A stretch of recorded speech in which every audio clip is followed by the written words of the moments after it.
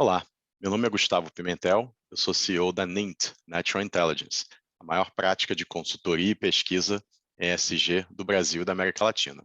Eu estou aqui para te contar que investimento ESG começa com ética. Vem comigo? ESG é uma sigla, um acrônimo surgido em 2004, e significa Environmental, Social and Governance, ou questões ambientais, sociais e de governança corporativa. Um acrônimo que está muito em voga, muito falado aí nos últimos 2, 3 anos, mas a sua origem, ela, na verdade, é bem anterior ao ano de 2004.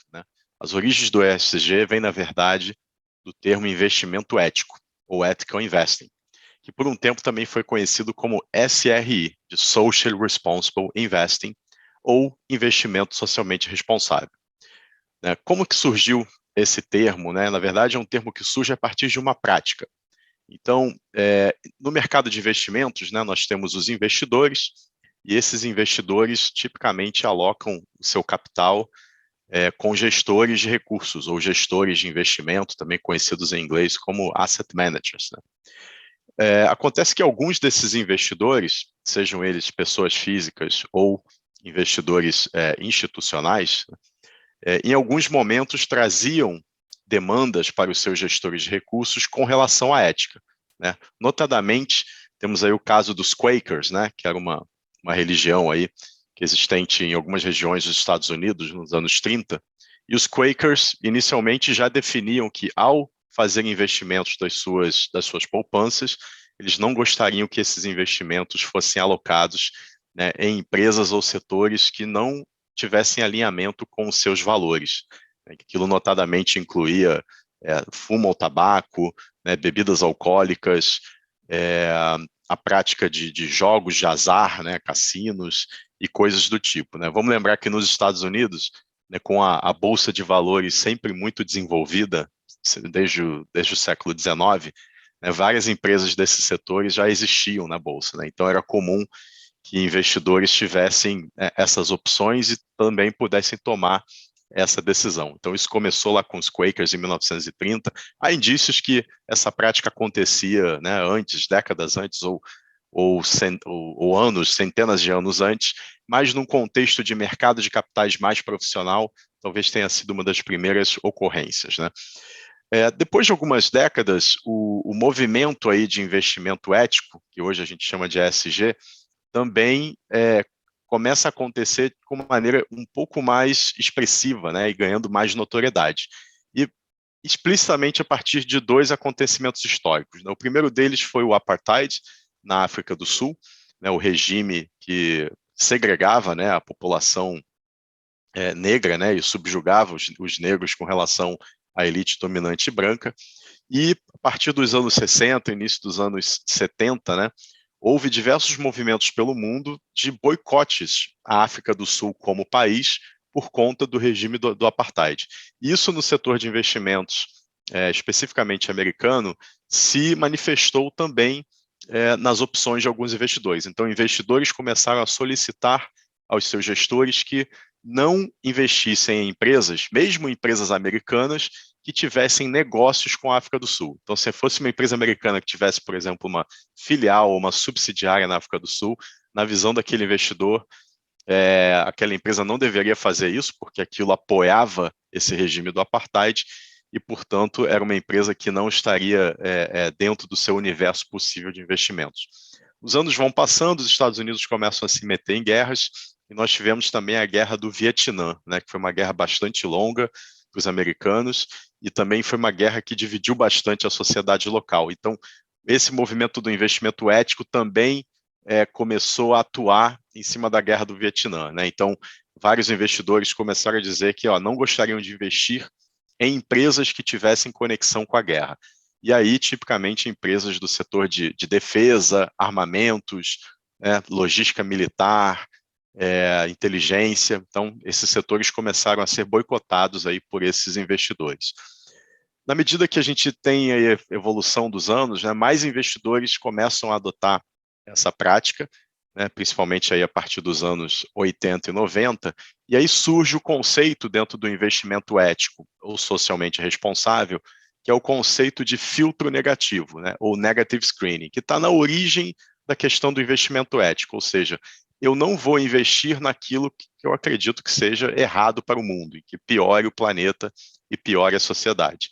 Então, primeiramente, os filtros negativos, eles consolidam essa abordagem de olhar determinados setores que não estariam de acordo com, né, um planeta, um mundo, uma sociedade sustentáveis e inclusiva. Então, notoriamente, né, os setores de tabaco, né, alguns segmentos de bebidas alcoólicas, o segmento de defesa, né, ou armas militares, também o setor, novamente, né, de jogos de azar ou qualquer atividade, eventualmente, que pudesse ser conectada, por exemplo, à prostituição, né?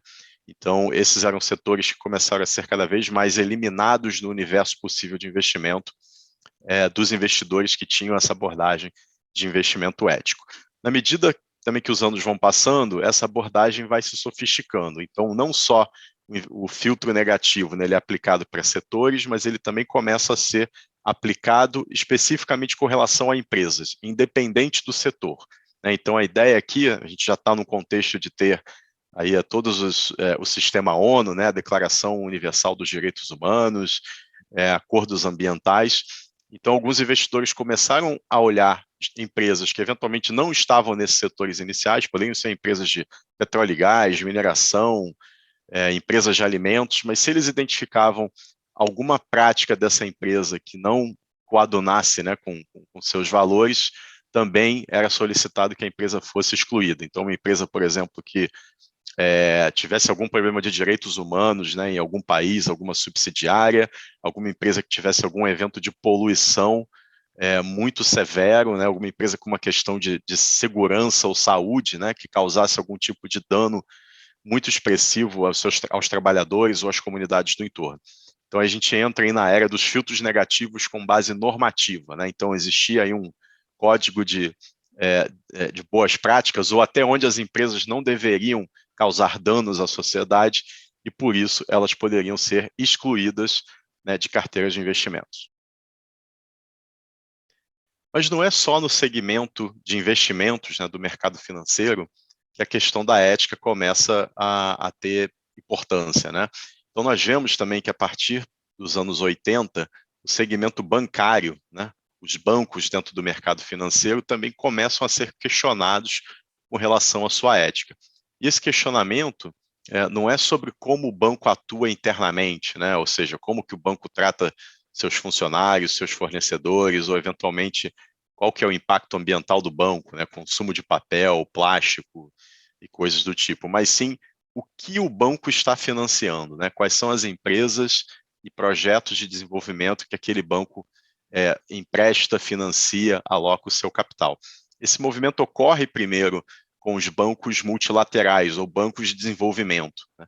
Então, a gente tem esse tipo de banco, né, em praticamente todos os continentes, né, tem um banco regional, a gente tem o Banco Mundial, né, que é um banco de desenvolvimento também, e esses começam a ser questionados pela sociedade civil e organizações da sociedade civil sobre os projetos que financiam, né? Ou seja, aquele projeto que supostamente é um projeto de desenvolvimento em um país emergente, ele está causando algum tipo de dano à sociedade, ele está causando, por exemplo, um reassentamento involuntário de comunidades no entorno do projeto.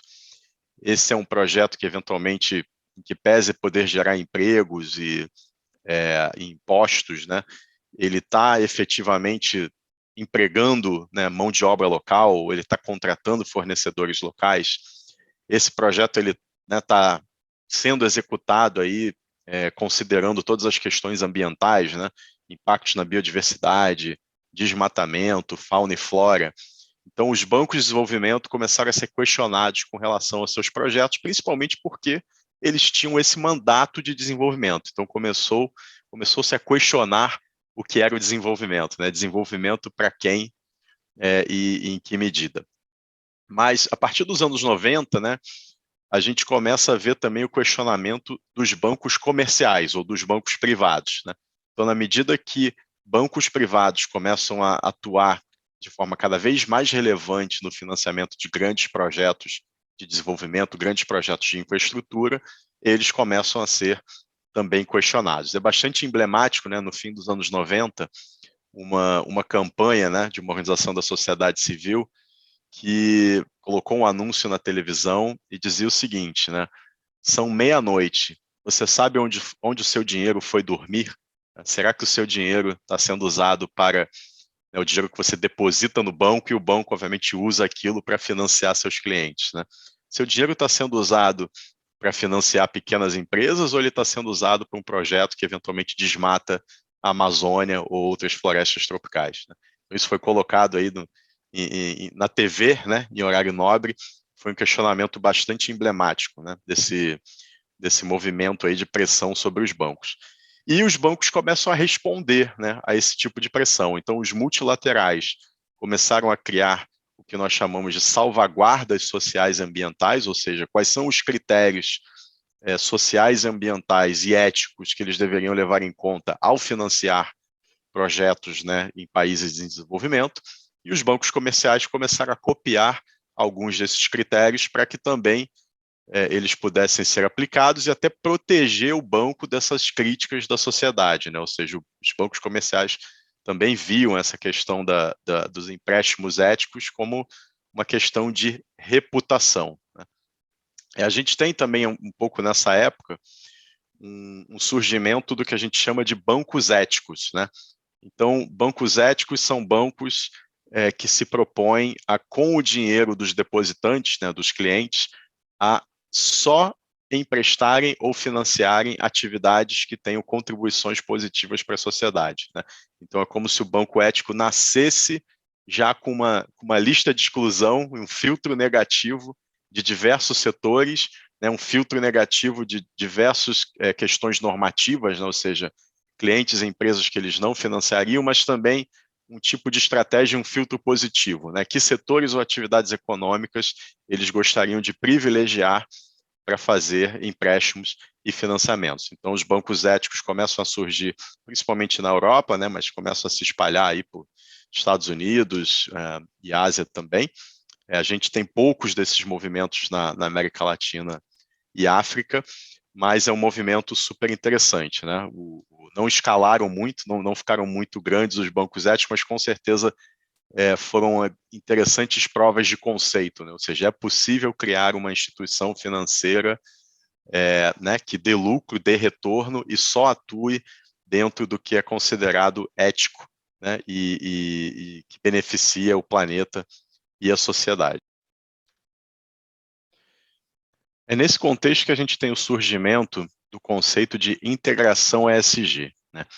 Então, integração ESG era uma abordagem aí do investimento ético, responsável, sustentável, que preconiza o seguinte: olha, eu vou usar como investidor a ética, né, e avaliar condutas morais das empresas nas quais eu potencialmente invisto, na medida que isso me traga o melhor fator de compreensão do perfil de risco e potencial retorno daquele investimento, né?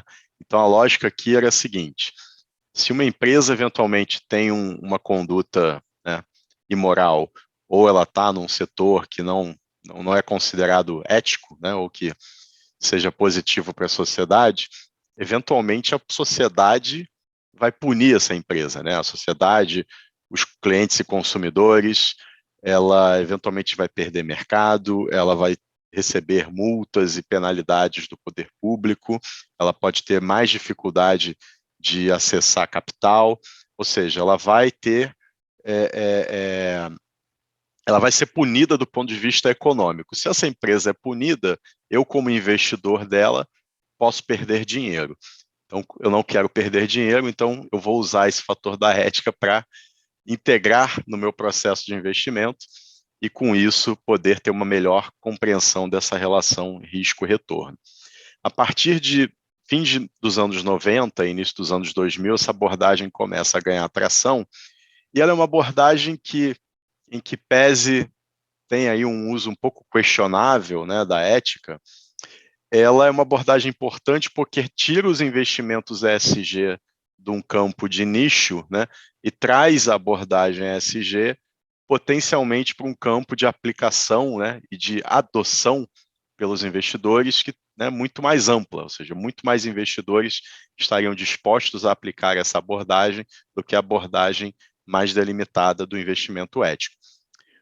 Em 2004, um grupo nas Nações Unidas começou a trabalhar esse conceito e a criação de um pacto internacional entre os investidores do sistema ONU para que mais investidores utilizassem o tema ESG. E daí foi cunhado, né, o acrônimo ESG, e nós temos em 2006, na Bolsa de Nova York, né, com toque de sino lá do secretário-geral das Nações Unidas, Kofi Annan, junto a diversos investidores de grande porte, dos princípios para investimento responsável, né? Então, esses princípios do PRI justamente traziam que, como investidores institucionais, era necessário entender como as questões ESG impactavam os seus investimentos, porque isso seria também uma questão de ser um melhor investidor, né? De um investidor que realmente se preocupava com a relação de risco-retorno para os seus clientes.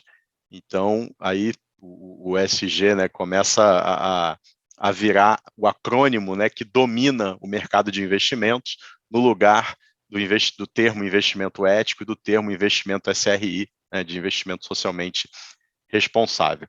E esse foi um movimento, né, que começou a ganhar muita tração a partir de 2006, mas ele também é um movimento que traz para o acrônimo ESG uma multiplicidade de significados e compreensões que acabam também causando uma certa confusão, né? Então, hoje, quando você fala que eu tenho um investimento ESG, do que a gente efetivamente está falando, né?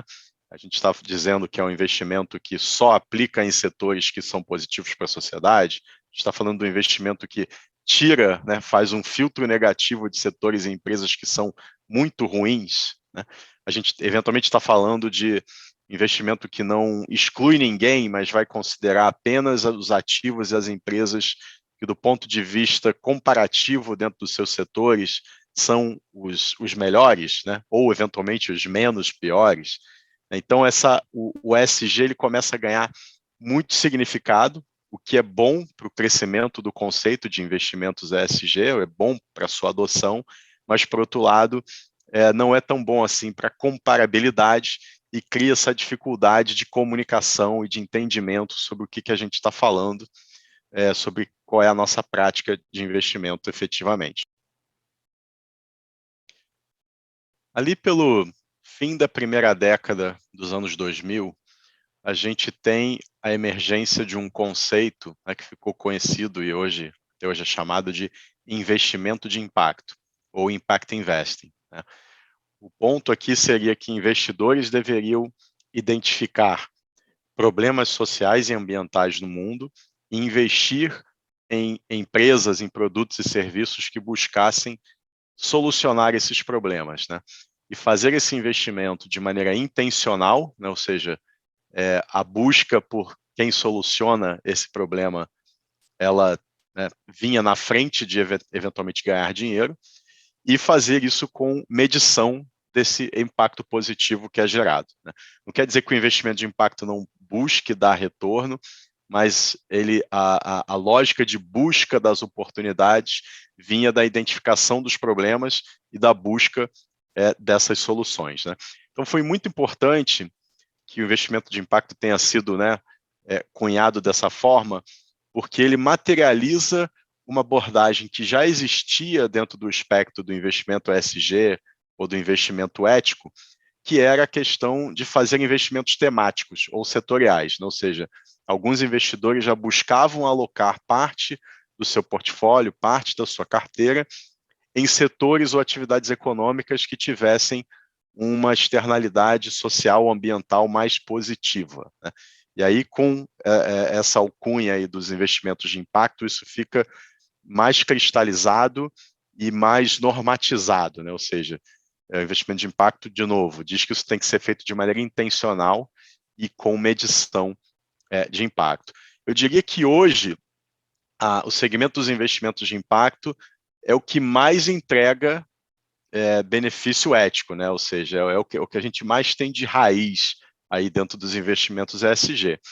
No entanto, ainda é um volume que não é tão expressivo, né, dentro do que é o grande universo de capital no mundo. Então, a gente tem mais ou menos aí $1 trilhão com abordagens de investimento de impacto, enquanto se a gente pegar todas as outras abordagens de investimento ESG, né, filtro negativo, integração, entre outras, a gente teria algo próximo de $40 trilhões, né? Então, são 40 vezes mais do que a prática de investimento de impacto. E existe muito essa discussão, né? Será que a gente consegue fazer com que esses 40 tri, que tem aí algumas abordagens, né, tenham mais impacto quanto esse 1 tri do impacto? Eu diria que, na verdade, a gente precisa dos dois, né? Porque em um ponto aqui, investimento de impacto com a escala menor, mas é uma escala menor que gera um impacto mais profundo, duradouro e, eventualmente, ajuda a criar mercados e soluções. Mas, por outro lado, né, os 40 tri que nós temos, apesar de com critérios um pouco mais leves, né, é um montante de dinheiro que acaba mexendo mais nos fluxos de capital, né? Então, de maneira agregada, esses 40 trilhões são bastante relevantes, né, para ditar os incentivos que as companhias têm e quem, né, empreende atividades econômicas, eles ditam os incentivos para que as empresas possam ser melhores para a sociedade. Aqui na NINT, Natural Intelligence, nós temos uma visão de mundo onde o capital é mais barato, abundante e paciente para aquelas empresas e organizações que geram impacto socioambiental positivo. O outro lado dessa visão é que a gente também quer que o capital fique mais escasso e impaciente para empresas e atividades econômicas que causam impacto socioambiental negativo, né? Para que a gente chegue lá, nós precisamos que os investimentos ESG cresçam, né?